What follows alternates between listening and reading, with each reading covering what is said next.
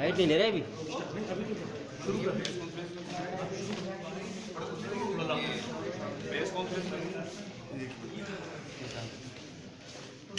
सख्त तरीन मुसीबत और दुश्वारी मिटाने वाला है। अजीब बात है, ऐसी बातें लिखी गई हैं जिनकी वजह से मुसलमान औरतों को बहुत सख्त तकलीफ का सामना खैर मकदम करती हूँ, शुक्रिया अदा करती हूँ कि आप लोगों ने आके जहमत की और हमारे साथ जो है उनका मैं तारुफ करते हैं।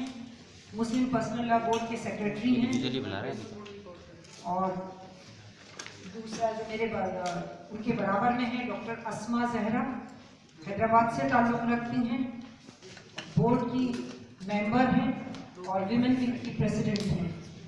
मोहतरमा फातिमा मुजफ्फर साहिबा चेन्नई से ताल्लुक़ रखती हैं। आप जानते हैं यास्मीन फारूकी बोर्ड मेंबर।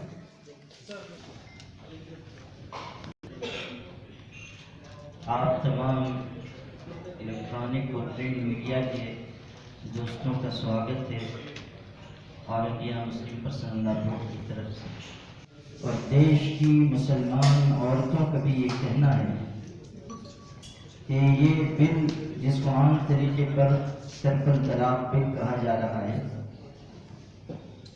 मुस्लिम पर्सनल लॉ बोर्ड का साफ स्टैंड ये है उससे कहीं ना कहीं संविधान को छेड़ा जा रहा है, संविधान से छेड़छाड़ का आरोप लगा रहे हैं। आप सब विरोध कर रहे हैं जो कि महिलाओं के हितों में ही, मुस्लिम महिलाओं के हितों में ही बताया जा रहा है।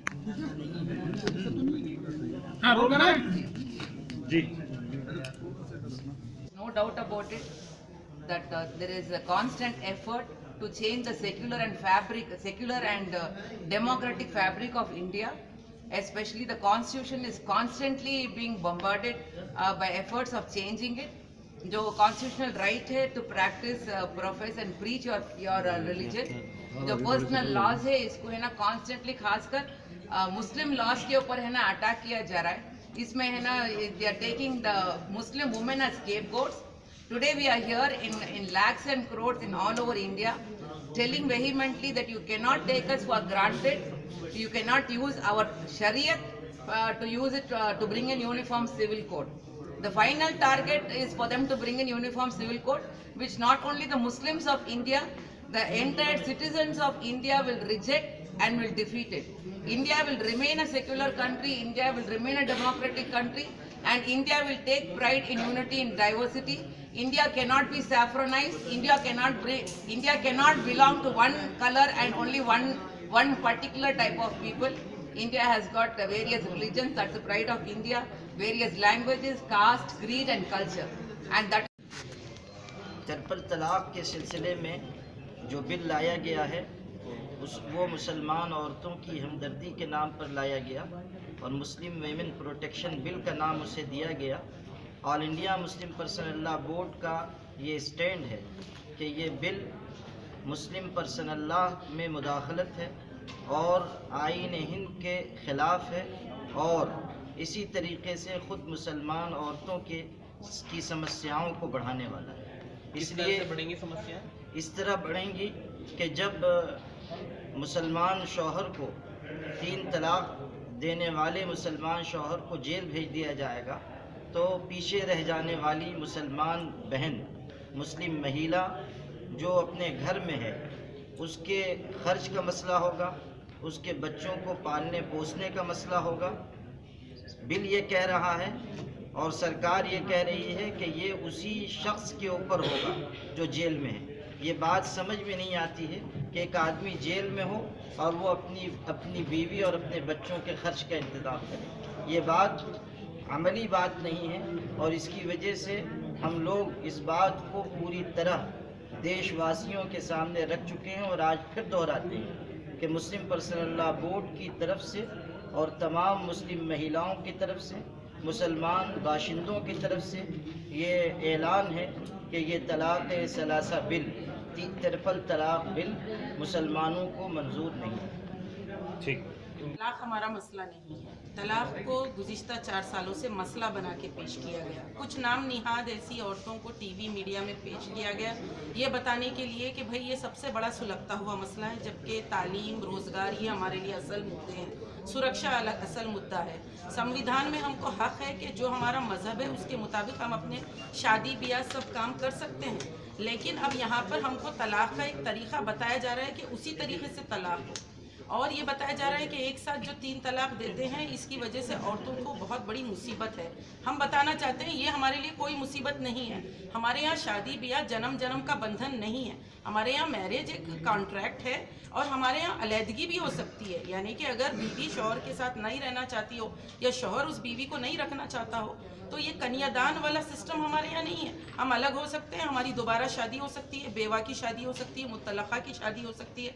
तो हर धर्म का, हर मज़हब का जो अपना अपना तरीक़ा, आइडियोलॉजी अलग है, तो मुसलमानों पर इस तरह किसी चीज़ को थोपना, हम इसको जुल्म समझते हैं, ज़बरदस्ती समझते हैं। मुसलमान औरतें इससे बिल्कुल नाखुश हैं। हम लोगों ने 5 करोड़ जो दस्तखतें जमा हुई, 2 करोड़ 80 लाख दस्तखतें मुसलमान औरतों ने देकर ये बात साबित की कि वो किसी भी शादी ब्याह तलाक के कानून में कोई तब्दीली नहीं चाहते।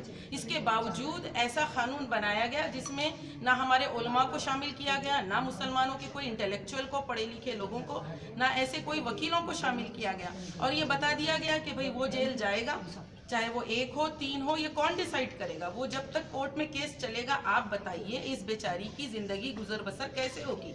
यानी तो ये तो इंस्टेंटेनियस तलाक को जो आप बुरा कह रहे थे, अब ये कानून से तो ये बेचारी रोड पे हो जाएगी, और इसके लिए आपने कोई बेहतरी नहीं की, इसलिए मुसलमान औरतें विरोध में आ रही थी, मिठाइयाँ खा रही थी, मिठाइयाँ बांट। आप मुझे बताइए कौन औरतें ये चाहेंगी कि उसके शौहर को जेल में डालें? अगर औरत परेशान है तो हमारे मुल्क की खूबी है, हमारे पास मुस्लिम वुमेन प्रोटेक्शन ऑफ, हमारे यहाँ औरतों के लिए डोमेस्टिक वायलेंस एक्ट मौजूद है, जिसमें कोई भी औरत चाहे किसी भी मजहब की हो, अगर उसका शौहर उसको सताता है तो जा सकती है थाने में, अपना कंप्लेंट लिखा सकती है। तलाक दो या ना दो, अगर शौहर तलाक ना दे, शौहर को ये पता चले, क्योंकि कहा जा रहा है मंत्रियों की जानिब से कि it will act as a deterrent, कि आदमी डर जाएगा और तलाक नहीं देगा, छोड़कर चला जाएगा। तो हमारे यहाँ देखिए छोड़ी हुई औरतें नहीं है, हमारे यहाँ अबैंडन्ड वुमेन, डिजर्टेड वुमेन की तादाद बिल्कुल है ही नहीं। हमारे यहाँ अगर किसी को कोई छोड़ता है तो 1-2 साल में दूसरी शादी हो जाती है। तो हमारे यहाँ ऐसा कोई सिस्टम नहीं है जहाँ पे औरतों को एक डिजर्टेड वुमेन का कोई घर हो या होम हो, इस तरह रखा ही नहीं जाता है। हमारे फैमिली सिस्टम में ही सबका एडजस्टमेंट है। तो अब आप ये कहेंगे कि वो छोड़ेगा नहीं, तो वो बगैर तलाक दिए कि अगर छोड़कर चला जाए तो ये बेचारी औरतों का क्या होगा? तो असल औरत के जो मुद्दे हैं, domestic violence is an issue, rape is an issue, security is an issue, औरतों की पढ़ाई, लड़कियों की पढ़ाई, ये चीज़ें जो इश्यूज़ हैं, सोशल रिफॉर्म के ज़रिए इस पर फोकस किया जाए, ना कि किसी मजहब और मजहब के मानने वालों को अटैक किया जाए और कहा जाए कि तुम्हारे यहाँ तलाक का तरीका सही नहीं है, इसको इस तरह करो। और ये बिल टोटली डिफेक्टिव बिल है। ठीक है।